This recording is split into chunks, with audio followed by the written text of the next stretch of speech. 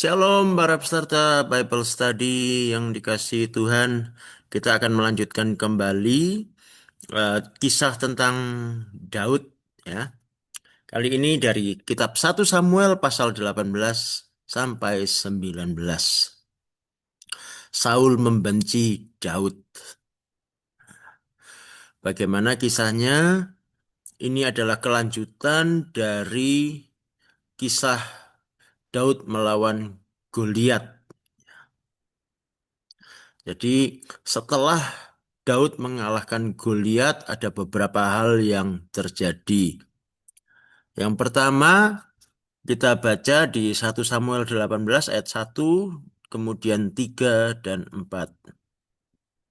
Ketika Daud habis berbicara dengan Saul, berpadulah jiwa Yonatan dengan jiwa Daud, dan Yonatan mengasihi dia seperti jiwanya sendiri.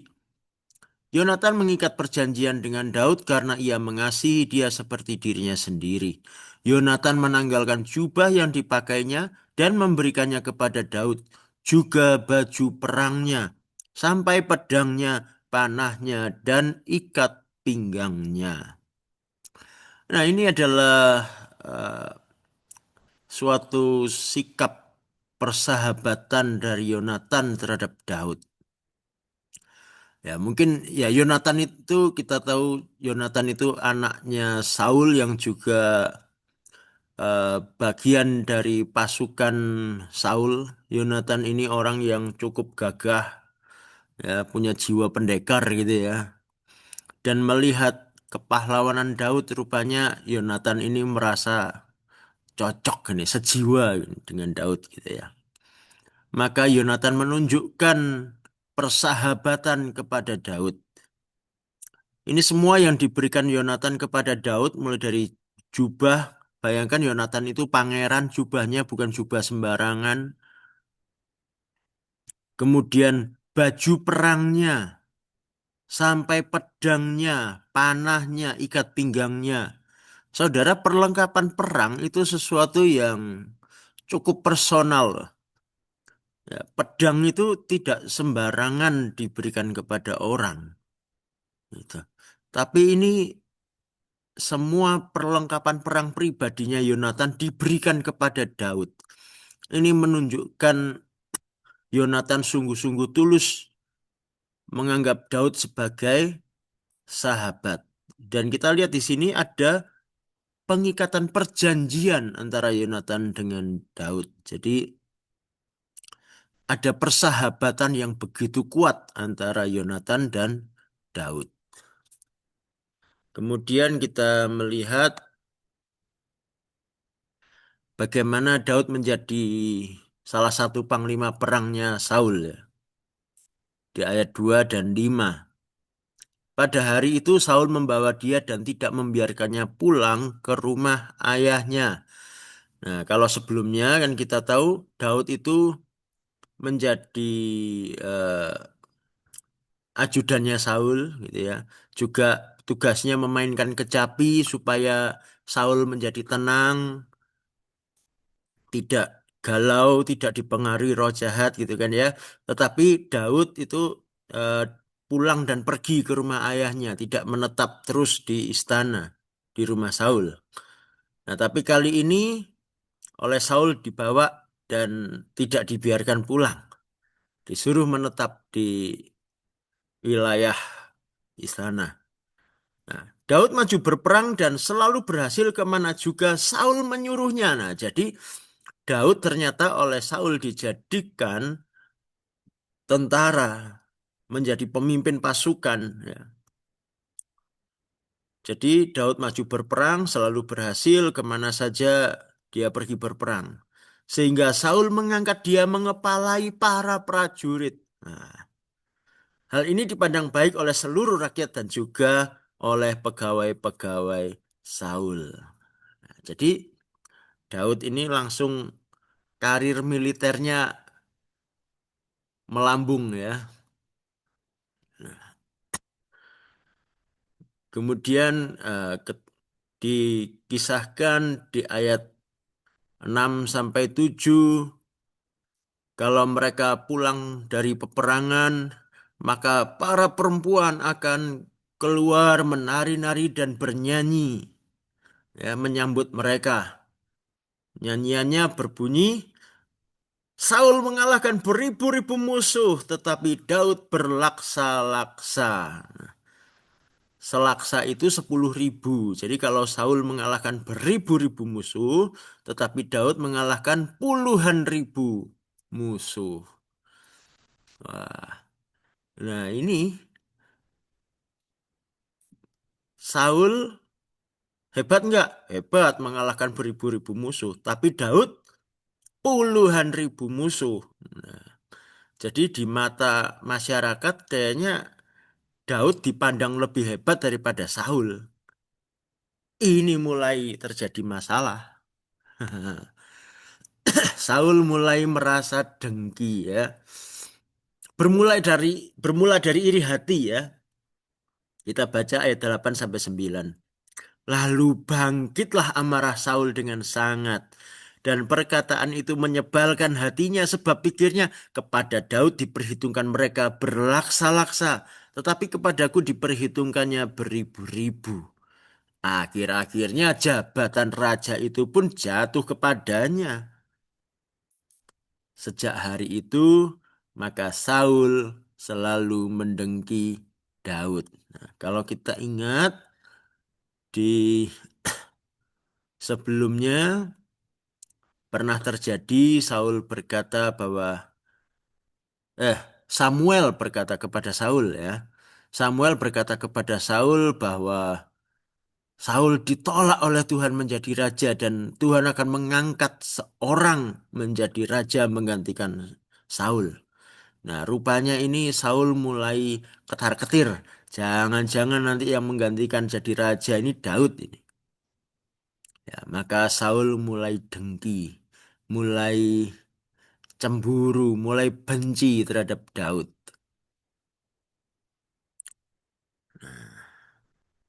Dan rasa benci itu didukung oleh roh jahat, ya. Kita lihat di ayat 10 sampai 11. Keesokan harinya roh jahat yang daripada Allah itu berkuasa atas Saul sehingga ia kerasukan di tengah-tengah rumah. Sedang Daud main kecapi seperti sehari-hari. Adapun Saul ada tombak di tangannya. Saul melemparkan tombak itu karena pikirnya, baiklah aku menancapkan Daud ke dinding. Tetapi Daud mengelakkannya sampai 2 kali. Wah,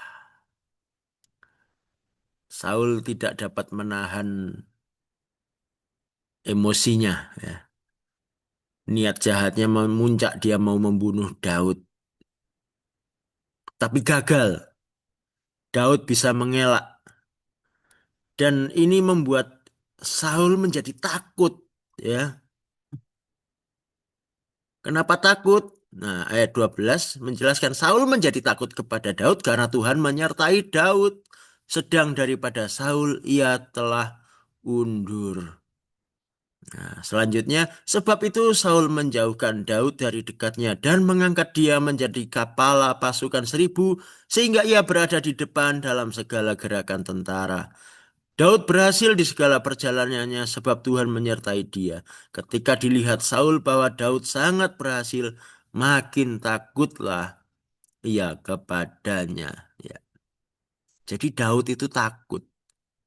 Maaf, kok Daud takut? Saul takut terhadap Daud. Karena Saul sadar Tuhan meninggalkan dia dan Tuhan menyertai Daud. Dan Saul pun mencari cara licik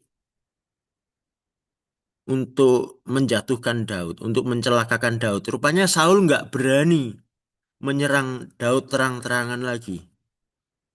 Maka Daud dijadikan kepala pasukan supaya ada di garis depan. Nah, dengan harapan nanti Daud terbunuh dalam peperangan, tapi nyatanya Daud selalu pulang membawa kemenangan. Saul makin takut. Makin takut, maka dia pun makin licik. Nah, orang takut itu sering jadi licik akhirnya ya. Jadi kemudian kita bisa membaca bahwa Daud selalu dikirim ke garis depan pertempuran dengan harapan terbunuh di medan perang. Tapi nyatanya Daud selalu menang. Kemudian Saul mencoba menawarkan anak perempuannya yang pertama namanya Merab untuk menjadi istri Daud. Tapi syaratnya Daud maju berperang. Lah, Daud berhasil menang. Tetapi karena memang niatnya Saul tidak tulus, maka Merab diberikan kepada orang lain yang namanya Adriel. Nah, cuman kok Daud juga nggak protes ya. Kemudian Saul mengetahui ternyata Mikal, anak perempuan yang lain, itu jatuh cinta pada Daud. Wah, maka Saul menawarkan, Daud ini ada anakku Mikal, boleh jadi istrimu, tapi syaratnya harus membawa 100 kulit katan orang Filistin. Ya harapannya lagi-lagi ya supaya Daud terbunuh di medan perang. Tetapi nyatanya Tuhan menyertai Daud dan memberi kemenangan. Kalau kita baca Daud bawa pulang bukan 100 tetapi 200. Maka Saul tidak bisa mengelak lagi, dia berikan anaknya Mikal menjadi istrinya Daud. Nah, di sini kita lihat ya betapa liciknya Saul. Ya. Nah, sikap Daud menghadapi Saul bagaimana? Nah, coba nanti dibaca ya. Perhatikan bagaimana sikap Daud. Terutama perhatikan ayat 15 dan 23. Lalu nanti boleh didiskusikan bagaimana pendapat saudara tentang sikap Daud. Ya. Setelah berbagai kelicikan Saul tidak berhasil, maka ayat 28 sampai 29 mengatakan, lalu mengertilah Saul dan tahulah ia bahwa Tuhan menyertai Daud dan bahwa seluruh orang Israel mengasihi Daud. Maka makin takutlah Saul kepada Daud. Saul tetap menjadi musuh Daud seumur hidupnya. Wow.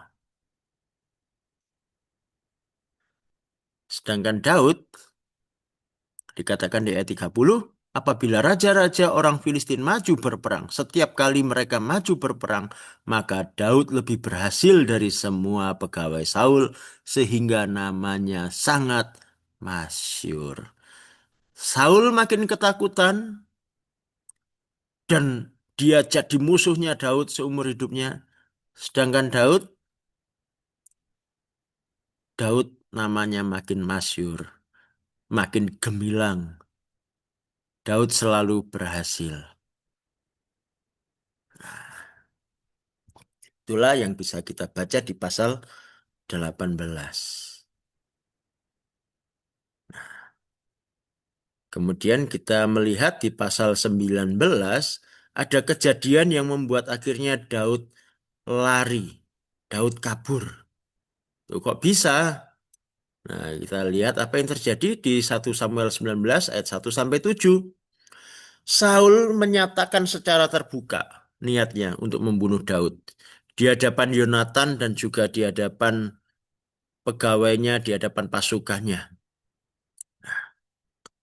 Maka Yonatan yang bersahabat dengan Daud memperingatkan dia. Kemudian yang dilakukan oleh Yonatan kemudian adalah Yonatan berusaha membujuk Saul dengan mengatakan hal-hal yang baik tentang Daud.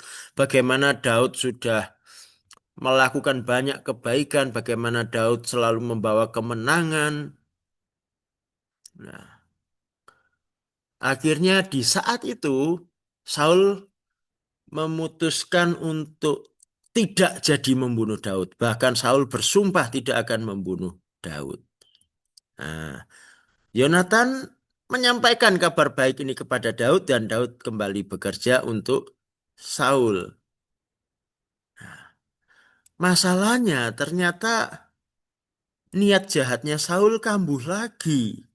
Karena setelah itu terjadi perang lagi dan Daud kembali sebagai pemenang. Rupanya ini menimbulkan iri hati lagi. Maka Saul dipengaruhi roh jahat lagi dan menyerang Daud dengan tombak. Untungnya sekali lagi Daud lolos dan Daud lari ke rumahnya. Saul menyuruh orang-orang, beberapa pasukan, mengintai rumah Daud untuk kemudian membunuh Daud di pagi hari. Nah, Mikal, istrinya Daud, dia ini walaupun anaknya Saul tapi cinta kepada Daud. Nah, maka Mikal membantu Daud melarikan diri, ya. Kemudian Daud kabur ke Rama menemui Samuel. Lalu Daud bersama Samuel pergi ke kota namanya Nayot.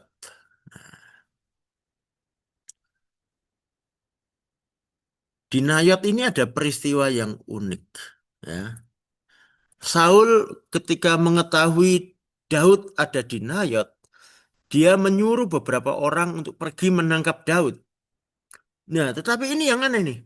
Di sana orang-orang itu dipenuhi Roh Kudus. Jadi mereka melihat ada serombongan nabi yang sedang kepenuhan Roh Kudus.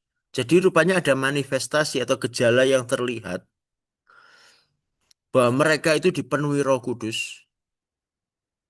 Dan ketika mereka melihat itu, Roh Kudus pun menghinggapi, memenuhi orang-orang yang mau menangkap Daud ini. Sehingga mereka pun mengalami hal itu dan tidak jadi menangkap Daud. Ya, kita tahu ya, kalau Roh Kudus memenuhi seseorang, orang itu bisa mengalami berbagai macam tanda ya. Kadang ada yang jatuh rebah, ada yang ya bisa macam-macam lah ya. Maka mereka tidak jadi menangkap Daud. Nah, setelah itu rupanya Saul masih belum puas. Dia suruh lagi rombongan kedua. Nah, mereka mengalami hal yang sama juga, dipenuhi Roh Kudus. Jadi tidak menangkap Daud. Saul gemas rupanya. Akhirnya Saul pun datang sendiri ke Nayot dengan niat mau menangkap Daud, tapi sampai di sana, bahkan sebelum sampai, dikatakan masih dalam perjalanan, Saul sudah mengalami kepenuhan Roh Kudus. Sampai puncaknya ketika sampai di Nayot, Saul dipenuhi Roh Kudus dan dikatakan dia rebah di tanah seharian semalaman. Gimana mau nangkap Daud kalau dia rebah di tanah seharian dan semalaman? Nah, maka karena itu Daud bisa lari. Jadi ini cara Tuhan yang aneh ya. Kok Saul dipenuhi roh Allah lagi? Katanya roh Allah undur dari Saul. Ya, walaupun mungkin hanya sesaat itu. Nah, dari dua pasal ini saja ada beberapa hal yang menarik yang bisa kita diskusikan. Yang pertama, bagaimana pendapat saudara tentang sikap Daud? Ya. Lalu, bagaimana pendapat saudara tentang Yonatan? Lalu yang ketiga, waktu Saul dikuasai roh jahat, mengapa permainan kecapi Daud tidak menghalau roh jahat seperti sebelumnya? Di sini ada dua kali ya, Saul menyerang, Saul sampai menyerang Daud dengan tombak. Yang di pasal 18 dikatakan di situ Daud sedang memainkan kecapinya seperti biasa. Tapi kali ini kok roh jahat nggak terhalau keluar? Kenapa Saul sampai menyerang Daud? Nah, lalu yang keempat, nah ini, untuk membantu Daud melarikan diri, Mikal menyamarkan patung terafim sebagai Daud yang sedang tidur. Nah, patung terafim itu patung berhala, patung dewa orang Kanaan. Lah kok bisa ada terafim di rumah Daud? Nah, coba nanti kita diskusikan ya. Lalu yang terakhir, tadi cara Roh Kudus mencegah penangkapan Daud di Nayot, yaitu dengan memenuhi pasukan, bahkan juga Saul sendiri. Loh kok aneh? Kok Tuhan pakai cara itu ya? Kira-kira kenapa? Nah, coba hal-hal ini nanti kita diskusikan. Kayaknya seru deh ya. Semua saya harapkan aktif berdiskusi, aktif mengutarakan pendapat dan pertanyaan. Jangan takut salah, jangan ragu. Mari kita saling menajamkan supaya pengetahuan kita akan firman Tuhan makin mendalam, iman kita makin diteguhkan dan kita makin berbuah. Tuhan Yesus memberkati, sampai jumpa.